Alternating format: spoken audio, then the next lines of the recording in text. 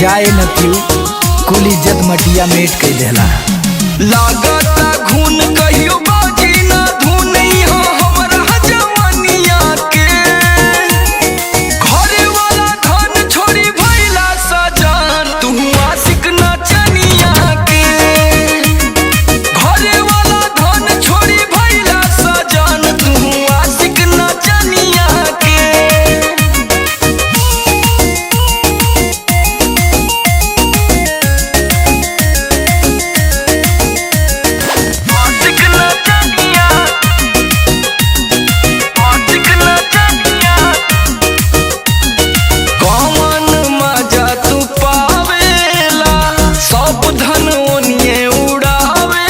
घरवा दुअरवा भी ले जाए कोई जे दे दा।